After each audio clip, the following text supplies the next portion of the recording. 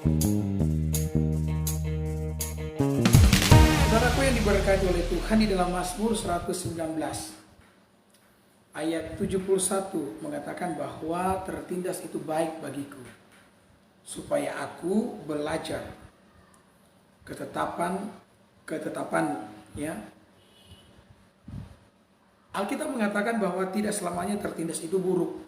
Ya, namanya manusia selalu memandang ketertindasan itu sebagai sesuatu yang sangat buruk, karena semua kita tidak mau mengalami tertindas, ya kan?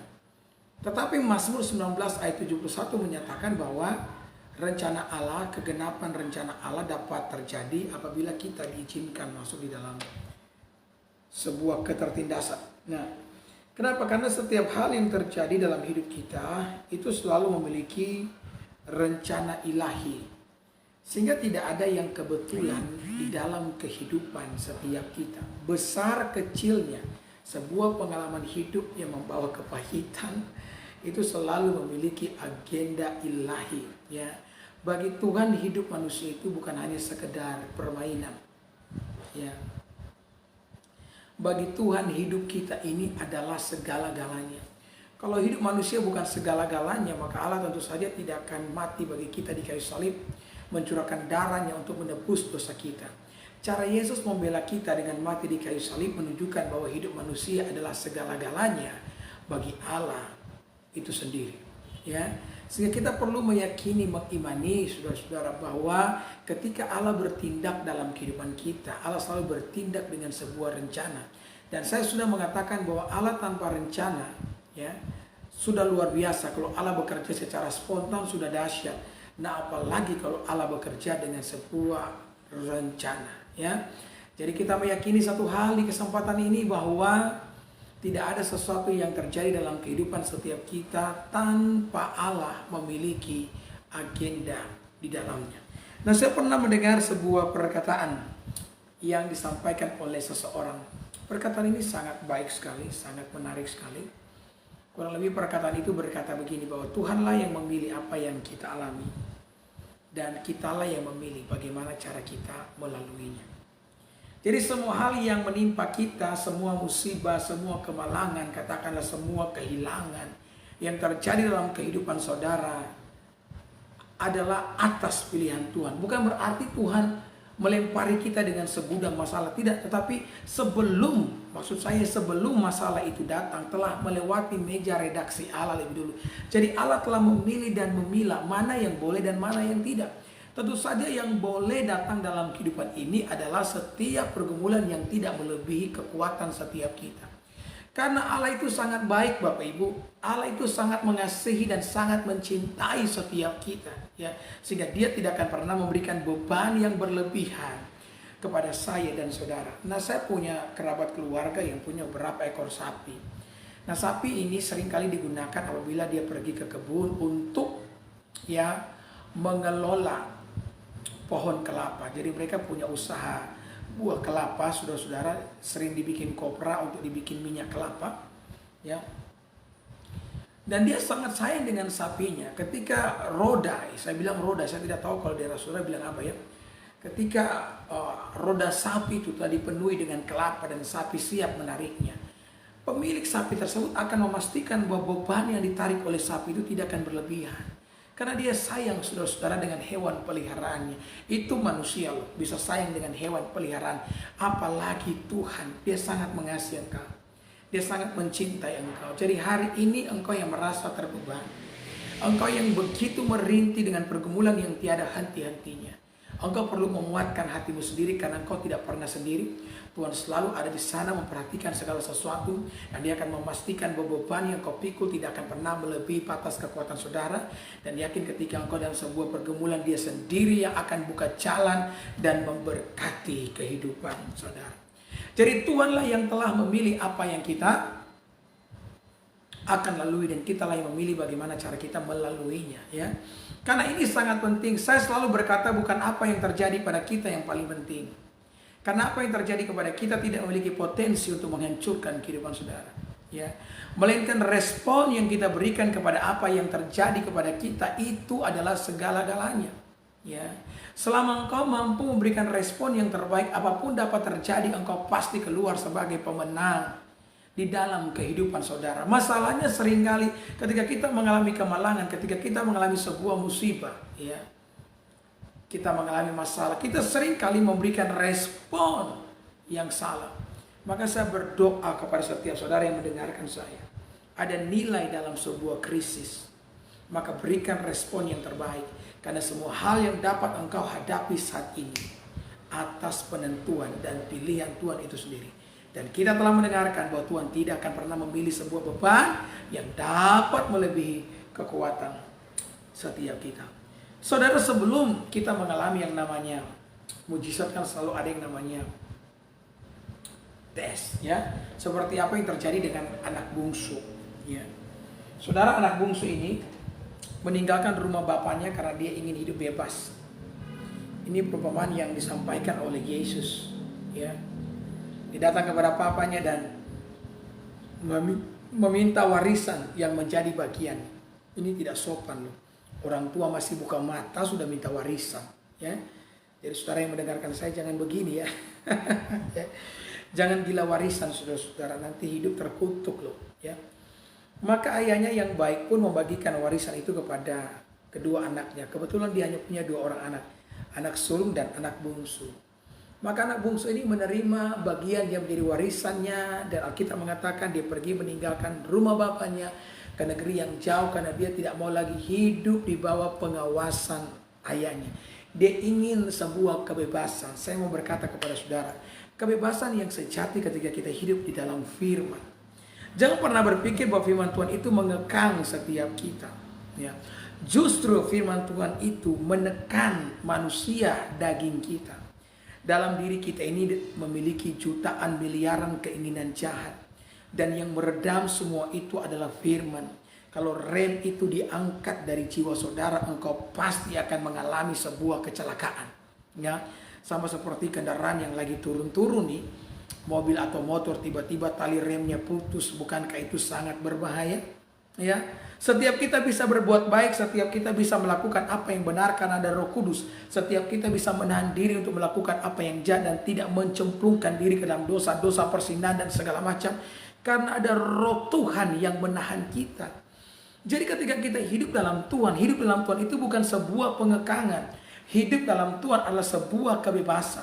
Justru ketika engkau memilih hidup dengan caramu sendiri, ketika engkau memberikan hidupmu buat setan, ya, engkau sementara memilih kehidupan yang terikat. Maka saya berdoa biar setiap saudara yang punya pemahaman yang salah tentang hal ini dicelikkan oleh Tuhan, sehingga engkau tahu bahwa hidup dalam firman adalah kebebasan yang sesungguhnya. Hidup dalam firman melepaskan kita dari rantai-rantai perbudakan dosa. Maka pergilah dia. Ketika dia pergi dengan harta kekayaan yang begitu banyak, semua orang datang berkerumun. Ya, memang benarlah bahwa ada uang abang disayang.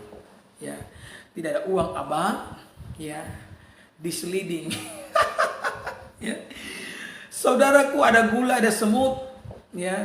Karena dia bergelimang harta, maka semua orang mendekati dia. Ya, semua orang mau berteman dengan dia. Saudara, kenapa kita harus menjadikan Yesus sebagai sahabat kita? Karena Yesus ada setiap saat. Amin. Bahkan pada saat semua orang meninggalkan kita, ketika kita dalam lembah air mata, Tuhan Yesus ada di sana. Ya. Kita tidak bisa mempercayai manusia. Bahkan bayangan kita sendiri pun akan meninggalkan kita pada saat kita ada dalam kegelapan. Satu-satunya pribadi yang tidak akan pernah meninggalkan, yang tidak akan pernah membiarkan saudara sedetik pun, itulah namanya Yesus. Maka Yesus disebut sebagai sobat, sahabat yang sejati. Karena dia adalah sahabat yang selalu ada bersama dengan kita.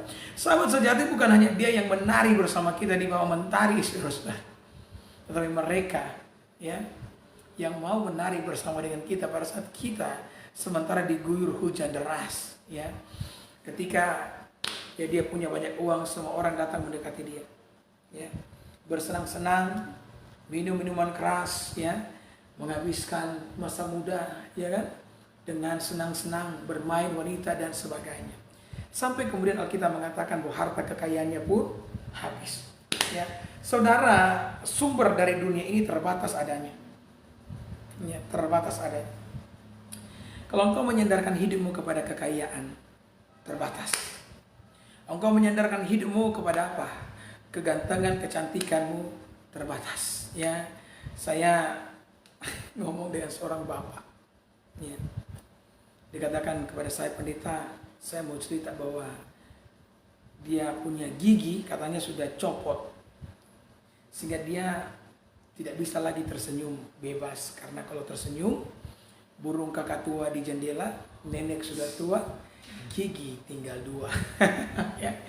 Kemudian dia bercerita, katakan, tapi pendeta, saya percaya ini adalah anugerah Tuhan. Saya berkata, kenapa kamu berkata gigi yang copot disebut anugerah Tuhan? Dia berkata, yang pertama pendeta, supaya menghemat obat gigi. Supaya semakin sedikit ya bagian gigi yang perlu disikat ya, jadi menghemat obat gigi kalau gigi sudah ompong. Saya ketawa dengan itu, ternyata ada faedahnya ya. Oma-oma, opa-opa yang giginya sudah ompong berarti hemat nih, hemat obat gigi. Yang kedua dia berkata, nah saya kenal bapak ini dia memiliki sebuah kelemahan, yakni dia mudah sekali jatuh cinta dan dia menikah dengan beberapa wanita sampai dia punya istri 4. Istri 4 membuat dia kelabakan, susah. Ya iyalah, istri 1 saja sudah susah. Apalagi 4 ya. Gila kali ya.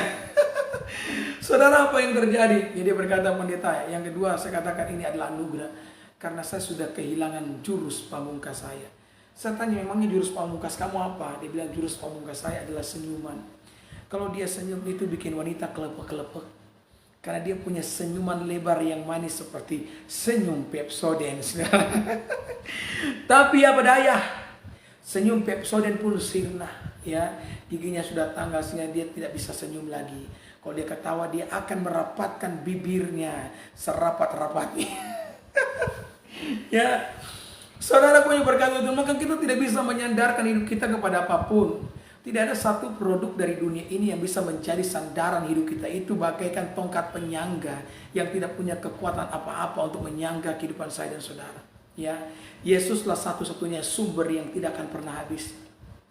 Ya, itulah sebabnya kenapa Yesus berkata bahwa akulah roti hidup. Ketika kamu makan, kamu akan tidak akan lapar lagi. Akulah air hidup, kalau kamu minum daripada aku, kamu tidak akan haus lagi. Ya, akulah kebangkitan dan hidup. Akulah jalan kebenaran dan kehidupan. Hanya Yesus yang memberikan kepada setiap kita kepuasan dan kelegaan. Jangan sekalipun menyandarkan kehidupanmu kepada apapun yang menjadi produk daripada dunia ini. Semuanya hanya tongkat penyangga yang tidak punya kekuatan apa-apa dalam kehidupan saudara. Maka ketika saudara-saudara ya harta kekayaannya habis, maka semua orang pun mulai meninggalkan dia. Ya, warna asli setiap orang mulai kelihatan. Ya, saudara, warna asli seseorang itu kelihatan ketika mereka datang pinjam uang sama saudara.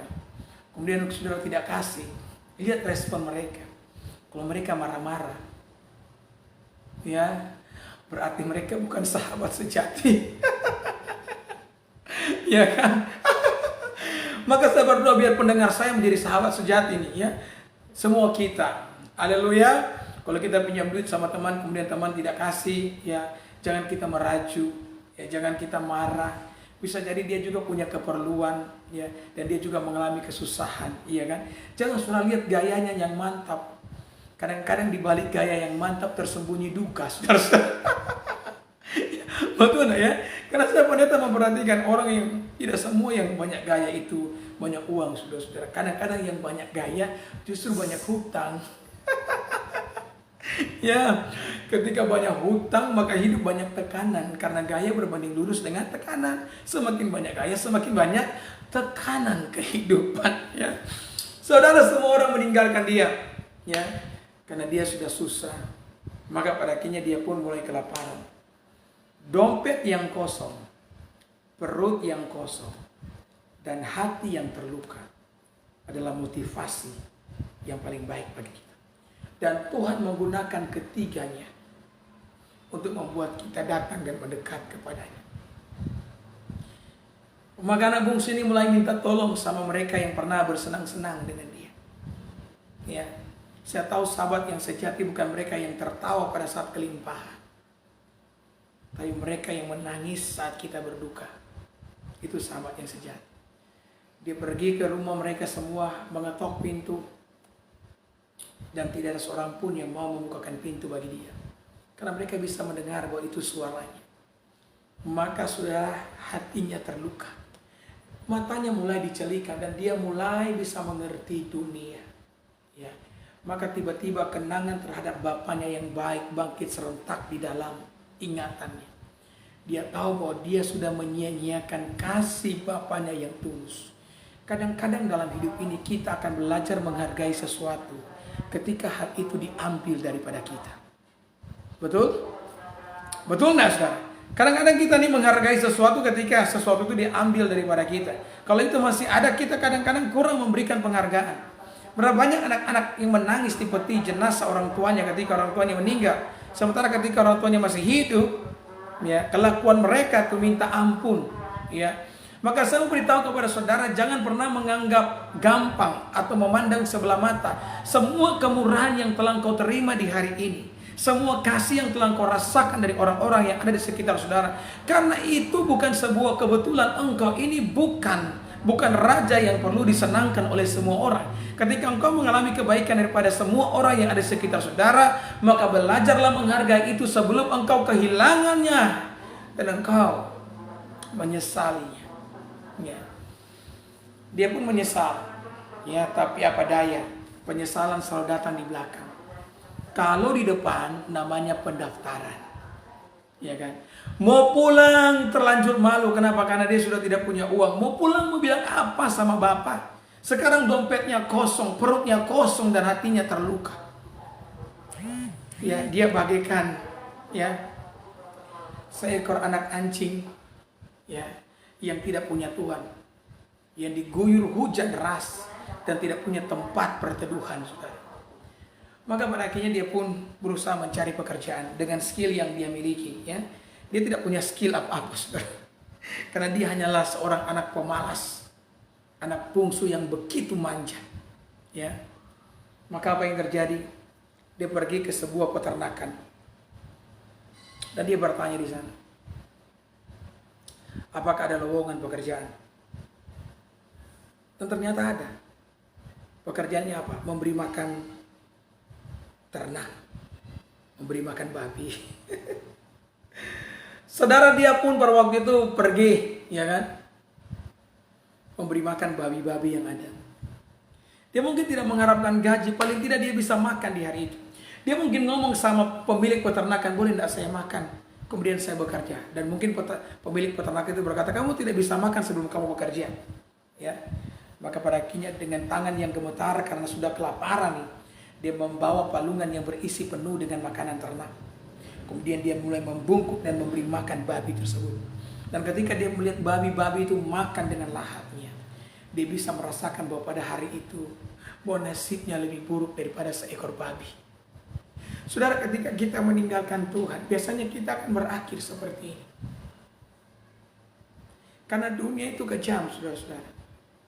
Setan itu ingin menghancurkan kita. Bapa yang punya rencana yang baik bagi kita, maka jangan pernah meninggalkan rumah Bapa. Jangan pernah meninggalkan rumah roti, sekalipun engkau dalam kesusahan, pegang kaki Tuhan. Karena Tuhan tidak akan sampai hati membiarkan engkau kelaparan. Janjinya dia akan memberi makan. Kalau burung di udara diberi makan, apalagi kamu. Dan janjinya dia akan mendandani kamu. Kalau bunga di padang didandani, apalagi kamu. Yang setuju dengan saya ketik amin. Saudara, maka apa yang terjadi? Dia pun tidak tahan dengan rasa lapar yang mengamuk di dalam perutnya. Maka dia pun mulai membungkuk dan dia ingin makan sama-sama satu palungan dengan babi-babi yang ada di situ. Ketika dia ingin memakannya, sang tuan itu dengan kejam melarang dia. Ya, kalau versi saya mungkin palungan itu ditendang. Dan sang tuan berkata, jangan kamu makan. Ampas yang menjadi makanan ternakku. Maka saya yakin di hari itu dia benar-benar hancur. Dia tahu bahwa dia telah salah mengambil keputusan. Dia benar-benar tadi porak-porandakan oleh dunia dan kehidupan. Maka dia ambil keputusan. Dia bisa mendapatkan nilai dalam sebuah krisis. Sesuai dengan khotbah saya ini kan. Dia pulang ke rumah Bapa. Ya. Di ujung jalan sang Bapa melihat dia. Alkitab mengatakan Bapa berlari mendekap dia. Karena anak muda ini tidak mungkin berlari karena terlalu malu dengan dosa. Terlalu berat dengan pelanggaran. Tapi tidak apa-apa. Karena memang Tuhanlah yang akan berlari mendapatkan kita. Bukan kita yang berlari mendapatkan dia. Petrus yang berlari ke kubur Yesus sampai di kubur sudah kosong kan? Ya. Petrus mencari Yesus tidak ketemu. Tapi ketika Yesus mencari Petrus selalu ketemu. Tuhan tidak akan pernah kehilangan jejak setiap kita. Dia tahu persis di mana engkau berada. Haleluya. Dan ketika dia menemukan setiap kita, ada anugerah dan kebaikan Tuhan dinyatakan dalam kehidupan saudara. Saya yakin anak bungsu itu menangis dalam pelukan bapaknya. Dia tidak bisa mengeluarkan sepatah kata. Mungkin ketika dia mau berkata, "Bapa, maafkan saya." Sebelum kalimat itu terucap, bapaknya berkata dengan suara keras kepada para pelayannya, "Ambilkan dia jubah yang baru. Ambilkan dia sepatu yang baru. Pasangkan cincin kepadanya." Kenapa? Kan ini anakku.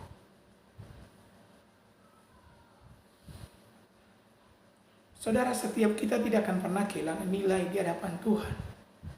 Dunia bisa merusak kita. Sama seperti uang 100.000 yang diremas-remas begitu.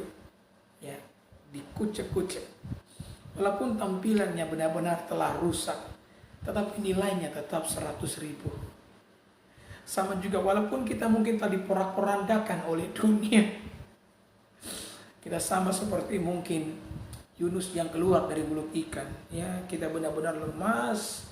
Kepala sudah ada bulu babi, ya kan? Ada rumput laut, belum mungkin suntung yang menempel, saudara-saudara ya. Di badan kita benar-benar tak berdaya. Tapi di sana Tuhan menemukan setiap kita. Ya, sampai akhirnya mereka berbuat pesta yang besar. Karena sang Bapa katakan, "Anakku yang hilang telah pulang kembali." Saudara lihat bahwa ada nilai dalam sebuah krisis yang mengajari kita banyak hal. Saya berdoa dengan segala kerendahan hati. Hari ini engkau yang sementara mengalami krisis. Krisis tersebut bukan untuk membuat engkau menderita, tapi mendorong engkau untuk semakin dekat dengan Tuhan.